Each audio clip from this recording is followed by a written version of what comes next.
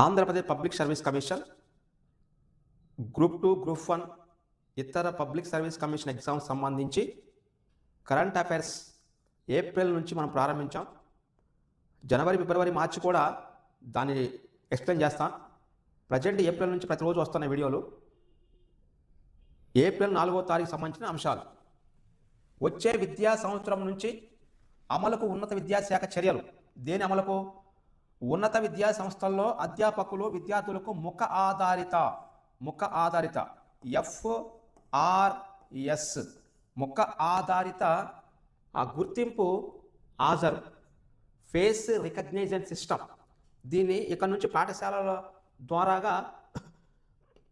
పాఠశాలల నుంచి కళాశాలకు మార్చారు. నెక్స్ట్, ఇది బస్సులు ఇటీవల బాగా ప్రమాదాలకి గురవుతున్నాయి. ఆ బస్సులు ప్రమాదాలకు గురయ్యేటువంటి విధానాన్ని బట్టి ఇక్కడ బస్సు బాడీ ఎలా ఉండాలి, అత్యవసర ద్వారాలు, అగ్నిమాపక పరికరాలు ఎలా ఉండాలో ఆటోమోటివ్ ఇండస్ట్రీ స్టాండర్డ్స్ నిబంధనల్లో ఉందంట. అయితే ఈ ప్రైవేట్ ట్రావెల్స్ బస్సులు బాగా ఇబ్బందికరంగా ఉన్నాయని ఆటో ఇండస్ట్రీ స్టాండర్డ్స్ AIS ఈ యొక్క నిబంధనలో ఉన్నాయంట. స్లీపర్ బస్సులకు ఆటోమోటివ్ ఇండస్ట్రీ స్టాండర్డ్స్ 119 అదే సీట్ల బస్సులకు AIS 52లో ఉన్న వివరాలు ఉన్నాయంట. అంటే దీనిలో ఆటోమోటివ్ ఇండస్ట్రీ స్టాండర్డ్స్ నియమాల ప్రకారము స్లీపర్ బస్సులో ఏ నియమాలు ఉండాలి, సీట్ల బస్సులో ఏ నియమాలు ఉండాలి రెండు చూపించారు. స్లీపర్ బస్సులలో ఆటోమోటివ్ ఇండస్ట్రీ స్టాండర్డ్స్ 119, సీట్ల బస్సులలో ఆటోమోటివ్ ఇండస్ట్రీ స్టాండర్డ్స్ 52 వాటిని ఫాలో కావాలి. ప్రతి బస్సులోనూ GPS పరికరం తప్పనిసరిగా ఏర్పాటు చేయాలి. చాలా వరకు విద్యా సంస్థల బస్సులు ఇప్పటి వరకు అవి లేవట. ఇక్కడ నుంచి తప్పనిసరి చేయాలని ఆంధ్రప్రదేశ్ ప్రభుత్వాన్ని నిర్ణయించారు. ఎగ్జామినేషన్ పాయింట్కి కావాల్సింది ఆటోమోటివ్ ఇండస్ట్రీ స్టాండర్డ్స్. అది స్లీపర్ బస్సులో ఏ యొక్క నియమం వాడతారు, సీట్ల బస్సు ఏ నియమం వాడతారు, క్లియర్.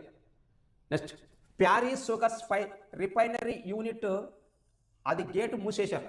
యాక్చువల్గా 1406 కోట్ల నష్టాలలోకి వెళ్ళటమే కారణం. ఇది సర్పవరం, కాకినాడ జిల్లా. EID ప్యారీ కంపెనీ EID ప్యారీ కంపెనీ అనుబంధ సంస్థ Paris sugars India private limited. ఈ ప్యారిస్ షుగర్స్ వాళ్ళు EID ప్యారీ కంపెనీకి సంబంధించింది. వీళ్ళు ఆంధ్రాలోని ఇండియా ప్రైవేట్ లిమిటెడ్ అంటే ప్యారిస్ షుగర్స్ ప్రైవేట్ లిమిటెడ్గా ఇక్కడ ఒక ప్లాంట్ వేశారు. కాకినాడ ప్లాంట్ని ఇటీవల కాలంలోని ముడి పదార్థాలని వాళ్ళు ఇతర దేశాల నుంచి రవాణా చేసుకొని ఇక్కడ ప్రాసెసింగ్ చేసి పంపిస్తూ ఉంటారు. ఆ క్రమంలో ఇది నష్టాల పైన ఉందని చెప్పి అక్కడ ఉద్యోగస్తులు కూడా రాకుండా ఆఫ్ చేశారు. అంటే ఇక్కడ నుంచి మీరు రావద్దు, ఇది ఫ్యాక్టరీ మూతపడిద్ది అని చెప్పారు. ఎగ్జామినేషన్ పాయింట్లో మనకు కావాల్సింది ప్యారీ కంపెనీ షుగర్స్ లిమిటెడ్ ఇది ఏ జిల్లాలో స్థాపితమైంది? అది స్థాపితమైన జిల్లా కాకినాడ. ప్యారిస్ షుగర్స్ ఏపీలో విలీనం చేయించా. గతంలోని 7 మండలాలు అంటే నాకున్న అనుభవంతో తెలంగాణలో 7 మండలాలను ఏపీలో విలీనం చేయించారని ఏపీ సీఎంగా చంద్రబాబు చెప్పారు. అంటే ఇక్కడ 7 మండలాల్లోనే అటు గోదావరి నది తీరం ఇలా ఉంటే ఇటువైపున ఉన్నదాన్ని కుడి వైపు, ఇటు ఎడమ వైపు నుంచి 4 మండలాలను తీసుకున్నారు. కుడివైపు నుంచి తీసుకున్న విధానం ప్రకారం ఎడమ వైపు నుంచి మొత్తం 7 మండలాలు, ఇటువైపు నుంచి 3 మండలాలు, మొత్తం 7 మండలాలు. ఇది కాంపిటేటివ్ పరంగా అడుగుతుంటారు. వీటిలోని ఇటువైపు కుడివైపు నుంచి 3 మండలాలలో బూర్గంపాడుని తీసుకున్నారు. ఆ మండలాన్ని పాక్షికంగా మొత్తం తీసుకోలేదు. బూర్గంపాడు మండలాన్ని కొంత తీసుకున్నారు. నెక్స్ట్ కుక్కునూరు మండలం మొత్తం తీసుకున్నారు. కుక్కునూరు దీంతో పాటుగా వేలేరుపాడు మండలాన్ని కూడా పూర్తిగా ఇక్కడ ఇది పూర్తిగా ఇది కొంచెం పాక్షికంగా. నెక్స్ట్ ఇటు భద్రాచలం గ్రామీణ జిల్లా మండలాన్ని తీసుకున్నారు కొద్ది పాక్షికంగా. దీని తర్వాత చింతూరు పూర్తిగా తీసుకున్నారు. కోనవరం పూర్తిగా తీసుకున్నారు. నెక్స్ట్ విఆర్పురం, వర రామచంద్రపురాన్ని పూర్తిగా తీసుకున్నారు. ఇలా 4 మండలాలు అటు 3 మండలాలు ఇటు మొత్తం 7 మండలాలు 2014వ సంవత్సరంలోని ఆంధ్రప్రదేశ్ విభజన చట్టం ప్రకారం కొన్ని చేర్పులు చేసి వాటిని తీసుకున్నారు. అది ఇప్పుడు కూడా ఇది ఎందుకు తీసుకున్నారంటే 1953-1956 మధ్య ఇవి తూర్పుగోదావరి జిల్లాలో భాగంగానే ఉన్నవి. అంతకుముందు 1953 కంటే 1947 భారతదేశ స్వాతంత్రం వచ్చినటువంటి సంవత్సరం ఇది. ఆ స్వాతంత్రం రాకముందు 1823లోని ఇవి ఉత్తర సర్కారులో భాగంగా ఉండేవి. ఉత్తర సర్కారులో భాగంగా ఉన్నాయి. ఆ ఉత్తర సర్కారులో భాగంగా ఉన్నప్పుడు ఇవి రాజమండ్రి కేంద్రంగా పరిపాలించబడేవి. అప్పుడు తూర్పుగోదావరి జిల్లాలోనే ఉండేవి. ఆ తర్వాత ఈయన ఆ భౌగోళిక అంశాలు మొత్తం గ్రహించి 1956లో అప్పుడు ఉన్నటువంటి పరిపాలన సౌలభ్యం కోసం వీటిని ఖమ్మం జిల్లాలో మార్చారు. ఆ తర్వాత ఇట్లా లాక్కున్నారన్నమాట. అలా గతంలో ఉన్న ఆంధ్ర ప్రాంతాన్ని తీసుకున్నారు అంతే. నెక్స్ట్ వైఎస్ఆర్ జిల్లా కడప జిల్లాలోని ఒంటిమిట్ట ఉంటుంది. ఇది మనకు కావాల్సిన అంశం. ఒంటిమిట్ట కోదండ రామయ్య బ్రహ్మోత్సవాలు ఏ జిల్లాలో జరుగుతాయి? వైఎస్ఆర్ కడప జిల్లాలో.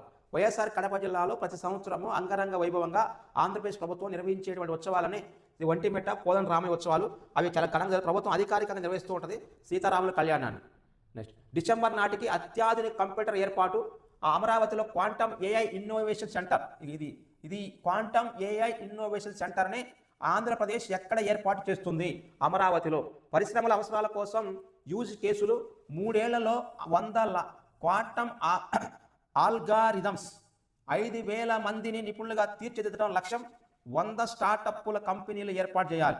రాజధాని అమరావతిలో వచ్చే నవంబర్ డిసెంబర్ నాటికల్లా క్వాంటమ్ కంప్యూటర్ను ఏర్పాటు చేయడంతో పాటు క్వాంటమ్ మరియు ఏఐ టెక్నాలజీల పరిశోధనలు, ఆల్గారిథమ్స్, యూజ్ కేసుల రూపకల్పనలో రాష్ట్రాన్ని అగ్రగామిగా నిలపాలని ప్రభుత్వం లక్ష్యంగా పెట్టుకుంది. ప్రభుత్వం లక్ష్యం అది. నెక్స్ట్ అమరావతి క్వాంటమ్ వ్యాలీ ఆధ్వర్యంలో quantum and AI innovation centre QAICను ఏర్పాటు చేస్తుంది. వచ్చే 3 ఏళ్లలో 100 క్వాంటమ్ ఏఐ ఆల్గారిథమ్స్ యూజ్ కేసులు అభివృద్ధి చేయడం, 5,000 మంది విద్యార్థుల్ని క్వాంటమ్ ఆల్గారిథం రాయటంలో నిపుణులుగా తీర్చిదిద్దడం, క్వాంటమ్ టెక్నాలజీపై 600 మంది అధ్యాపకులకు శిక్షణ ఇవ్వటం, 100 స్టార్టప్లు ప్రారంభమయ్యేలా చూడటం, 100 పత్రాల ప్రచురణ, 100కు పైగా పేటెంట్ సాధించడం, 50కి పైగా పరిశ్రమల భాగస్వామ్యాన్ని ఇక QAI ఆ సంస్థ వాళ్ళు అంటే అమరావతి క్వాంటమ్ వ్యాలీ ఆధ్వర్యంలో నిర్వహించే quantum and AI innovation centre దాని లక్ష్యాలను మొత్తం తీసుకున్నమాట. ఇలా 108 అంబులెన్స్ కూడా యూజ్ కేసును ఉపయోగిస్తారట. ఇలా క్వాంటమ్ టెక్నాలజీని ఉపయోగించి, తర్వాత ఆల్గారిథం ఉపయోగించి, నెక్స్ట్ ఏఐ టెక్నాలజీ ఉపయోగించి ఇక నెక్స్ట్ మన భారతదేశంలో అమరావతి అనేది టాప్ 5లోని టాప్ 1లో ఉండాలని అనుకుంటుంది. ప్రపంచంలో టాప్ 5, ఇండియాలో టాప్ 1గా ఉండాలనుకుంటుంది. ఆల్గారిథం ఈ యొక్క మ్యాప్లు గీయటం అవన్నీ ఇది ఏఐ టెక్నాలజీ సంబంధించినటువంటి ఒక సిస్టమ్. ఇది అది ఎలా పరిశ్రమల రంగానికి ఎలా తోడ్పడుతుంది, వైద్య రంగానికి ఎలా, ఎకానమీకి ఎలా, టెక్నాలజీకి ఎలా, మళ్ళీ అంతరిక్షం నుంచి ఎలా తీసుకుంటుంది అనేది మొత్తం దీంట్లోనే. నెక్స్ట్ తర్వాత భూగర్భ జలాలని కనీసం మీటర్ పెంచడమే లక్ష్యం. ఆంధ్రప్రదేశ్ ప్రభుత్వ లక్ష్యము భూగర్భ జలాలని ఎంత పెంచాలి? మీటర్ పెంచాలి, ఉన్న వాటిని పెంచాలి. రాష్ట్రంలో నీటి సంరక్షణ, భూగర్భాన్ని నీటి సంరక్షణ మరియు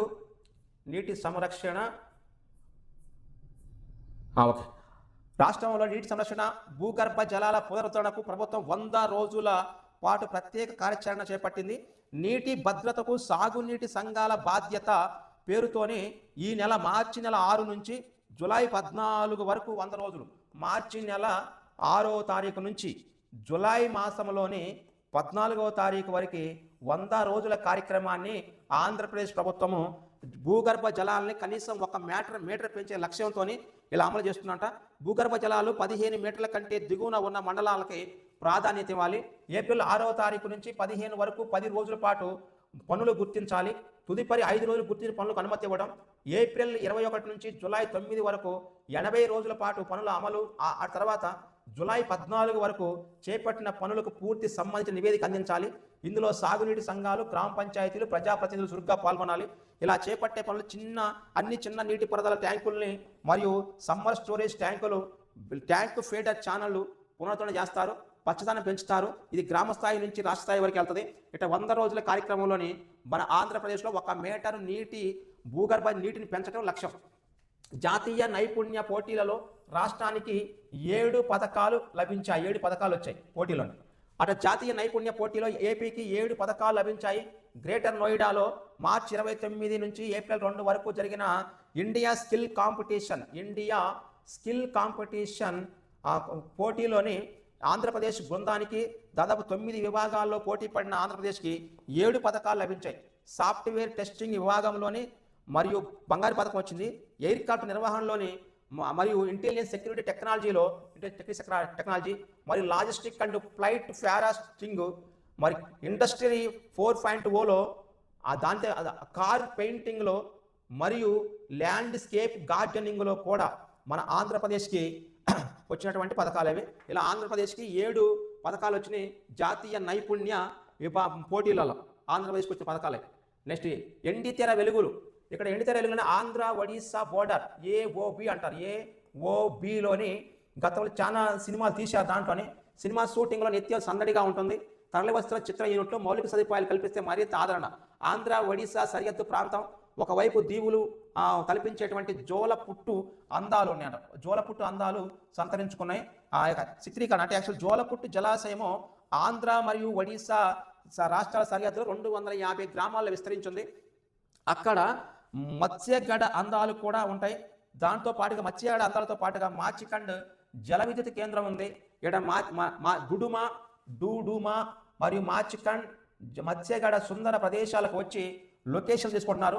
ఇట డూడుమా, మాచికండ్, మత్స్యగడ మరియు మాచికండ్ జల విద్యుత్ ప్రాజెక్టు, మత్స్యగడ అందాలు, జోలపుట్టు జలాశయము ఈ మొత్తం ఆంధ్ర మరియు ఒడిశా బోర్డర్లో ఉన్నాయి. ఈ ఆంధ్ర ఒడిశా బోర్డర్లో ఉన్న తారబు జలాశయ జలపాతము అక్కడ కూడా చూడి జరుగుతున్నాయి. ఇట భారతదేశంలో ఉన్న ఈ అరుదైన ప్రాంతాలని పర్యాటకంగా అభివృద్ధి చేస్తే ఇంకా పర్యాటక అభివృద్ధి చెందిద్ది.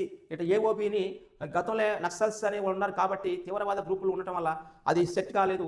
ఇక నుంచి సెట్ కావడానికి ఆస్కారం ఉంటుంది అనేది దీని సారాంశము. ఇప్పుడు ఎగ్జామినేషన్ పాయింట్ కావాల్సింది ఆ మాచికండ్ జల విద్యుత్ కేంద్రం ఎక్కడ ఉంది, గుడిమా జల విద్యుత్ జలపాతము, మత్స్యగడ సుందర అందాలు, నెక్స్ట్ జోలపట్టు జలాశయము, ఇవి ఎగ్జామ్ రాతక అంశాలు. వాటి పరంగా మనం చదువుకోవాలి. తర్వాత తారబు జలపాతం ఇవి కూడా చూసుకోవాలి. నెక్స్ట్ కందిపప్పు కలైన రాగులు గతమైన రేషన్లో కనిపించిన కందిపప్పు రేషన్ షాపులలో ఇచ్చే విధానంలోనే రాగులు సరఫరా 3 నాలుగు ముచ్చటే కార్డుదారుల నిరీక్షణకు అంతం ఎప్పుడో పెరిగిన తరాలతో సామాన్య నిట్టూర్పు. అంటే ఇక్కడ కందిపప్పు యొక్క ధర పెరిగిందని ఇచ్చేటువంటి విధానంలో రేషన్ అంటే పబ్లిక్ డిస్ట్రిబ్యూటరీ సిస్టమ్ వాళ్ళు ఈ గతంలో రాగుల్ని మరియు కందిపప్పుని ప్రతి నెల కేజీ ఒక రేషన్ కార్డు తెల్ల రేషన్ కార్డు దాడికి ఇద్దామని చెప్పి వీళ్ళు ఫాలో చేస్తే ఇటీవల అవి 2 రావట్లేదంట. ఇక్కడ PDS గురించి గ్రూప్ 2లో ఉంటుంది కాబట్టి చూసుకోవాలి. నెక్స్ట్ సామర్థ్యం 12.6 మిలియన్ టన్నులు పెంపంట. ఇది కాకినాడ సీ పోర్టు నుంచి. కాకినాడలో దాదాపు 4 పోర్టులు ఉంటాయి. ఈ కాకినాడలో ఉంది సీ పోర్టు నుంచి సరుకు రవాణా వార్షిక సామర్థ్యాన్ని 10.5 మిలియన్ టన్నుల నుంచి 12.6 మిలియన్ టన్నులకి పెంచడానికి పర్యావరణ మరియు CRZ అనుమతులు ఇవ్వడానికి నిపుణుల మదింపు కమిటీ పచ్చజెండా ఊపింది. ప్రస్తుతం ఇక్కడ 4 బెర్తుల నుంచి ఇక్కడ కాకినాడ సీ పోర్ట్లో ఉన్న బెర్తుల సంఖ్య 4 మిలియన్ టన్నుల ఇనప ఖనిజం, 3 మిలియన్ టన్నుల బొగ్గు, 3.5 మిలియన్ టన్నుల ఎరువులు రవాణా జరుగుతూ ఉంటాయి.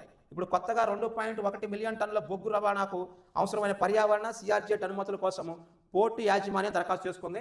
ఇలా కాకినాడ సీ పోర్ట్ నుంచి ఆ తరలి వెళ్లే వాటిలో ఇనుప ఖనిజము, బొగ్గు మరియు ఎరువులు ఎక్కువగా వెళ్తుంటాయి. అది బొగ్గుని ఇంకా ఎక్కువ తీసుకెళ్లాలని కాన్సెప్ట్తో పెంచే విధానంలోనే అనుమతులు కోని సీ పోర్ట్ గురించి. నెక్స్ట్ జబ్బున పడుతున్న సర్వరోగ నివారణ. వేసవిలో ఎండిపోతున్న వేప చెట్లు, గ్రామీణంలో అపోహలకి కూడిన ఆందోళన. ఇది డై బ్యాక్ తెగులేని అంటున్నటువంటి నిపుణులు.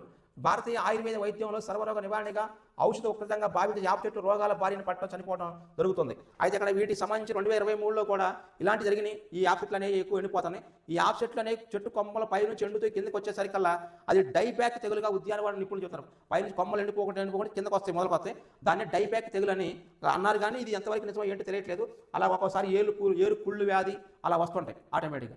చంద్రబాబు సర్కార్ విప్లవం. మొత్తం శనగ పంట కొనాల్సిందే. వీళ్ళు దాదాపుగా ఎకరానికి ఆంధ్ర ప్రాంతంలోని శనగ 7 నుంచి 8 క్వింటాలు ఉత్పత్తి అయింది, దిగుబడి వచ్చింది. కేవలం 94,000 మెట్రిక్ టన్నులు మాత్రమే వీళ్ళు కొనాలని చెప్పారు. అది శనగ పంట యొక్క ధరల స్థిరీకరణ నిధి ద్వారాగా శనగ పంటకు కనీస మద్దతులతో కొనాలని ఇలా రైతులు ఏపీ రైతు సంఘం డిమాండ్ చేస్తుంది. అంటే ఆంధ్రప్రదేశ్ రైతు సంఘం వాళ్ళు, కౌలు రైతులు వాళ్ళు ఇద్దరు కలిసి ఆందోళన చేశారు. దేనికి? ధరల స్థిరీకరణ నిధి ద్వారాగా శనగ పంటను కనీస మద్దతు ధర కొనాలి. గతంలో 74,000 మెట్రిక్ టన్నులు మాత్రమే కొనుగోలు చేశారు. ఈ సంవత్సరం ఉత్పత్తి ఎక్కువ ఉంది. దాదాపు 1,10,000 మెట్రిక్ టన్నుల ఉత్పత్తి అయింది. కానీ మీరు 94,000 మెట్రిక్ టన్నులు మాత్రమే కొంటా అంటున్నారు. ఇది ఎంతవరకు మంచిదని వాళ్ళు అంటున్నారు. ఇట్లా ఆంధ్రప్రదేశ్లోని ఉన్నటువంటి కరెంట్ అఫైర్స్ని రోజు పేపర్ వైజ్గా మనం ఇస్తుంటాం. వీటిని ఫాలో అవుతూ ఉండాలి.